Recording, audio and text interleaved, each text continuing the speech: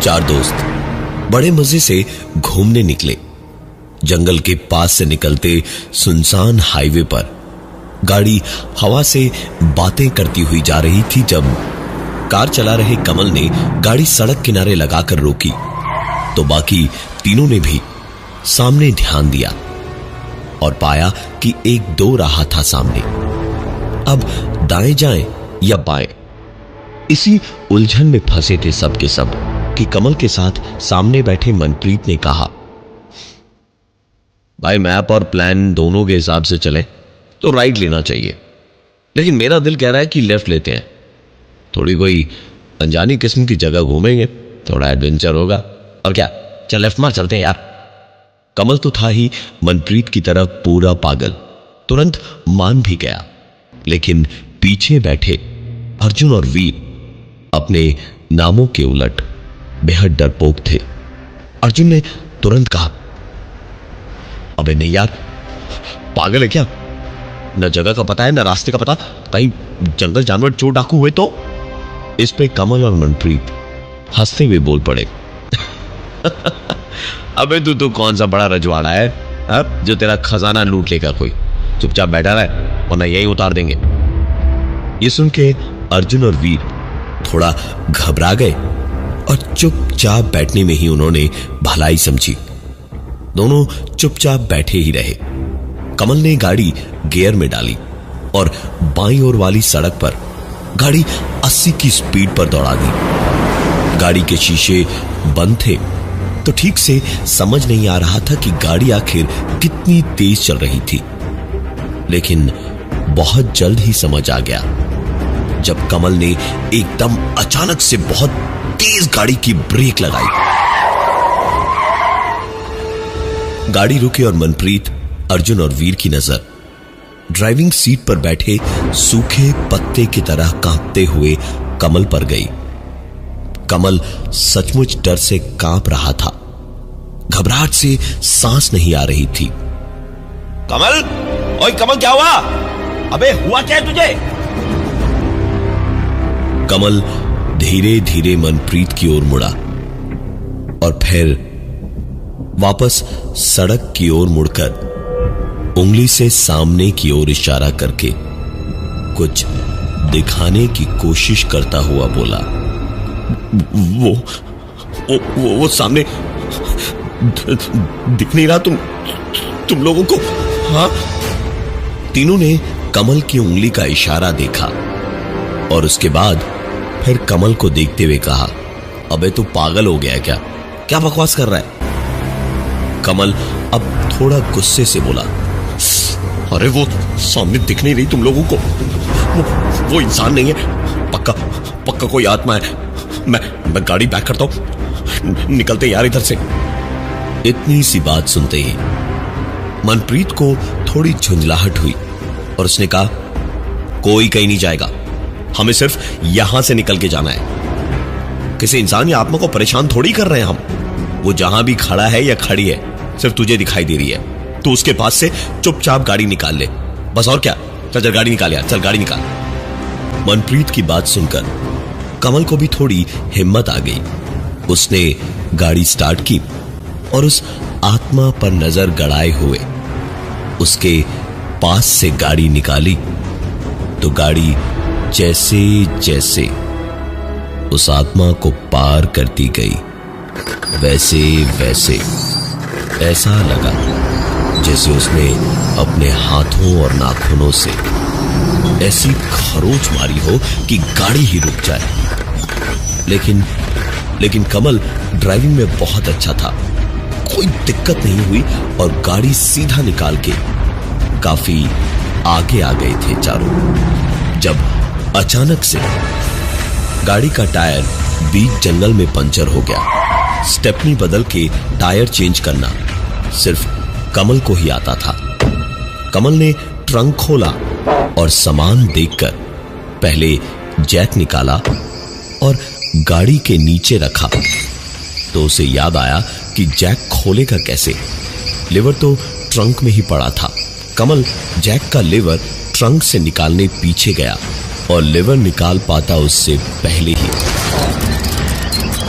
Jack के बिना और बिना हाथ लगाए ही गाड़ी अपने आप हवा में उड़ गई।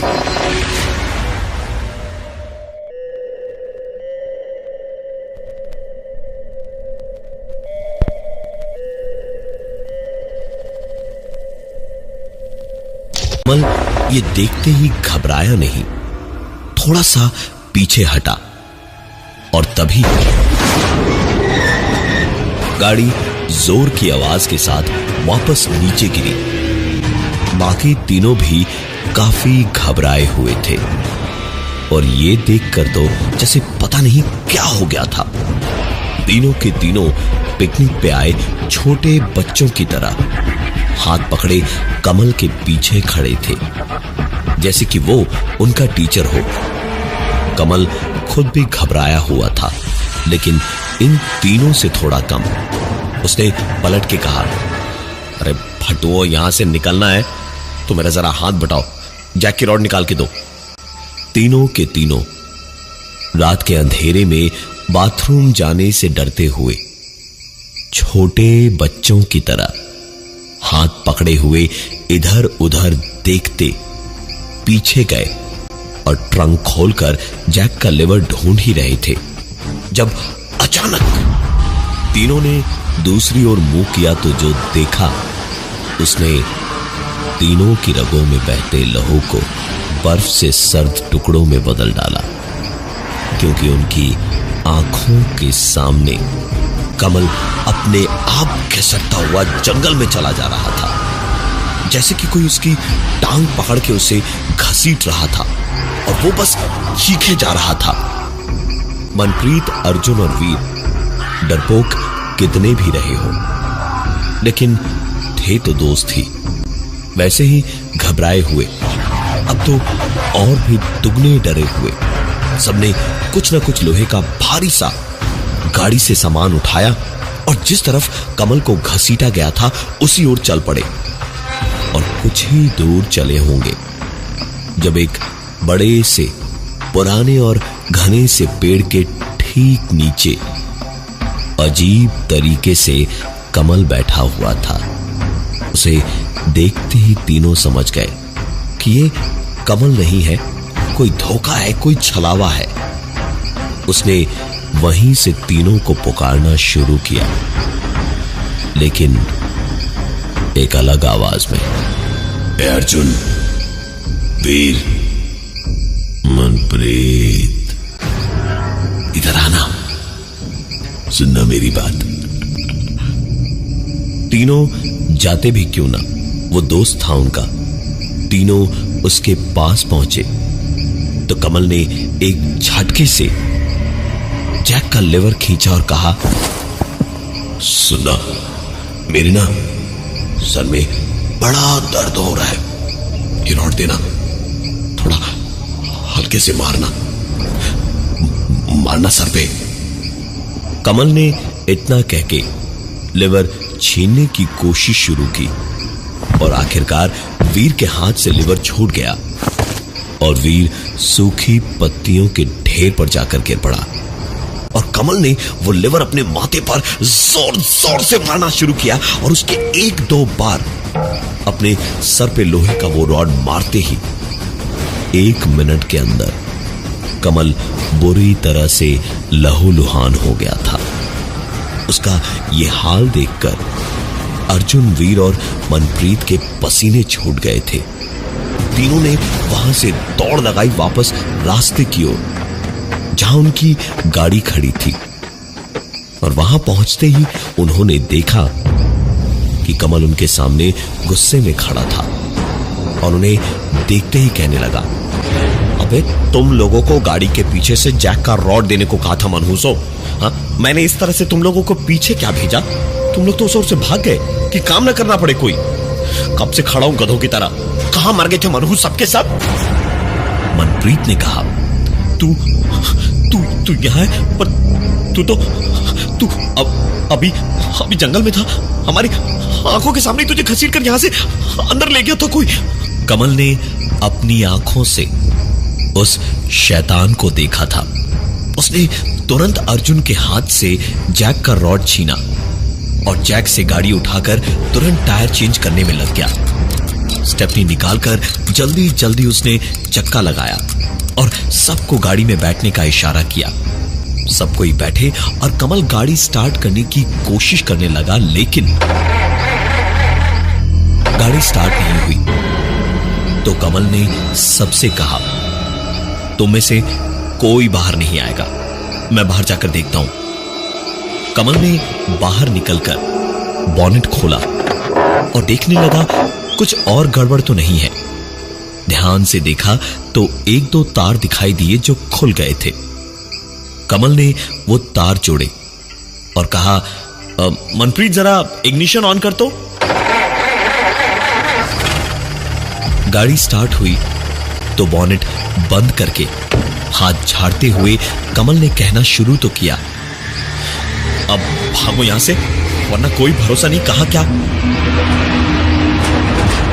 लेकिन अपनी बात पूरी नहीं कर पाया, क्योंकि गाड़ी के अंदर न मनप्रीत, न अर्जुन और न वीर थे, बल्कि गाड़ी में वो ही ड्राइविंग सीट पर बैठा था जिसे कमल ने थोड़ी देर पहले देखा था।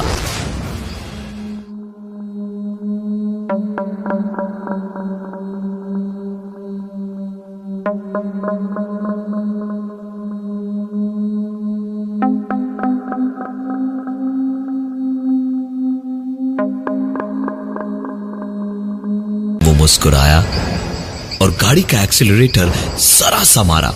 गाड़ी हल्की सी बढ़कर रुकी।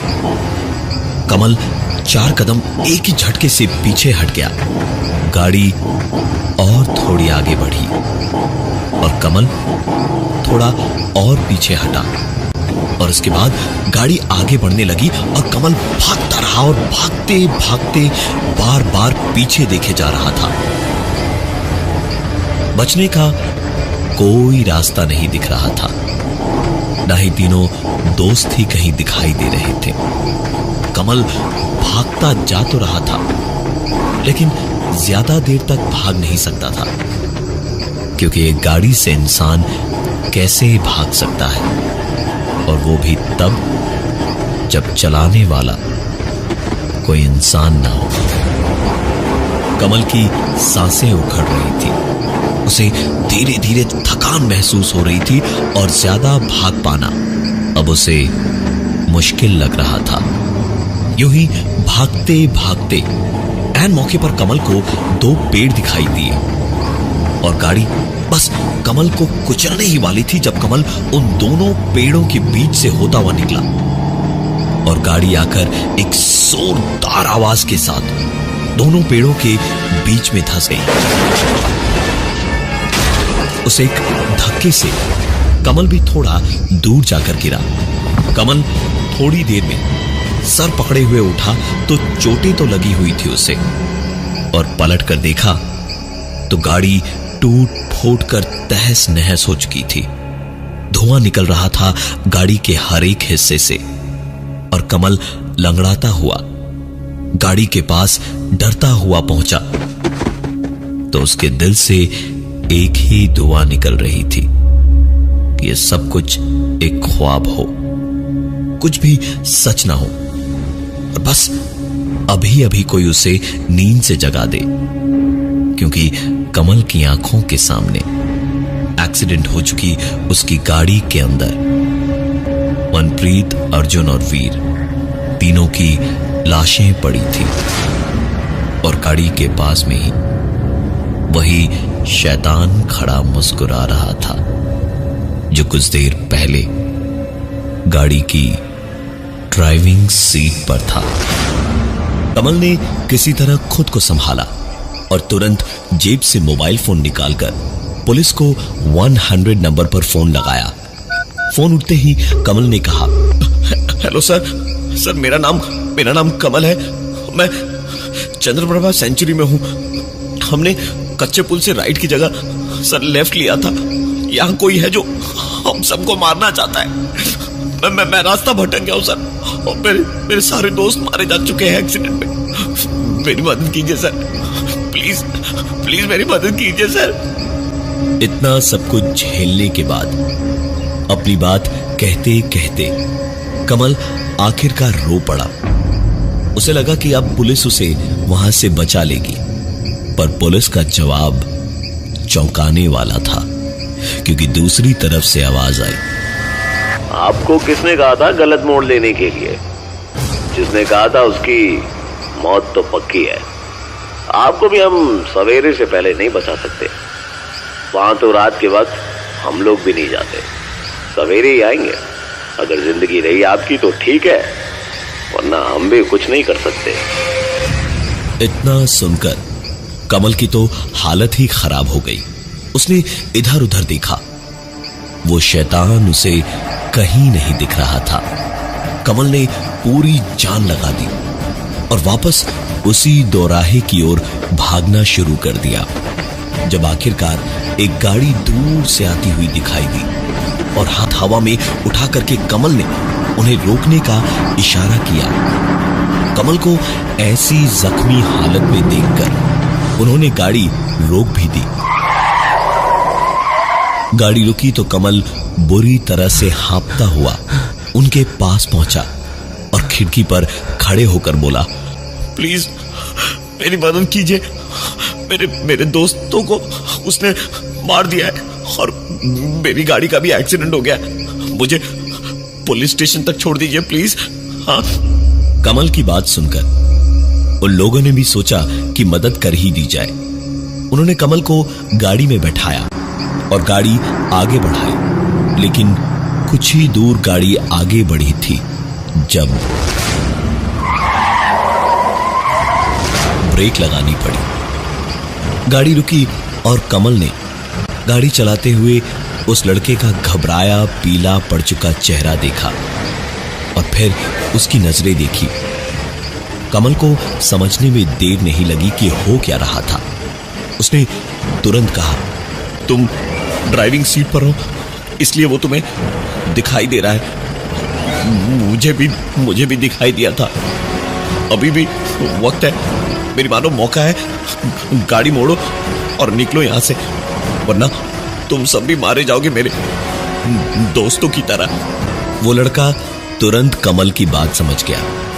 उसने गाड़ी मोड़ी और हवा से बातें करता 2 मिनट में वापस दोराहे पर पहुंच गया। कमल शुक्रिया कह के गाड़ी से उतरा और सवेरे तक पुलिस के आने का इंतजार करता रहा। सुबह की पहली किरण के साथ ही पुलिस भी वहां आई। कमल की बात सुनकर पुलिस वाले आगे गए और सचमुच उन्हें वहां एक गाड़ी मिली। साथ ही मनप्रीत, अर्जुन और वीर, जो मरे हुए नहीं थे, वो पुलिस को जख्मी हालत में मिले थे। और जब उन्हें हॉस्पिटल ले जाया जा रहा था, तब रास्ते में मनप्रीत, जो थोड़े होश में था, उसने बताया कि वो तीनों लगभग मर ही जाते, लेकिन वक्त रहते उस शैतान से माफी मांग ली थी, इसलिए शायद बच गए। पुलिस से कमल ने माजरा पूछा तो पता चला कि ये यहां कई सालों से है, बस कौन है, क्या चाहता है, ये कोई नहीं जानता। अगर किसी ने जबरदस्ती उसकी गली में कदम रखा तो वो उसे छोड़ता भी नहीं है और सिर्फ ड्राइवर को ही दिखाई देता है। और फिर जिन लोगों को इन सब चीजों पर विश्वास नहीं, उन्हें मारकर ही दम लेता है। ये तो ऊपर वाले का शुक्र है कि आप चारों बच गए। बस एक चीज का ध्यान रखिएगा, अगली बार से रात के वक्त दोराहे से गाड़ी लेते वक्त पूरी जानकारी हासिल कर लीजिएगा उस रास्ते की।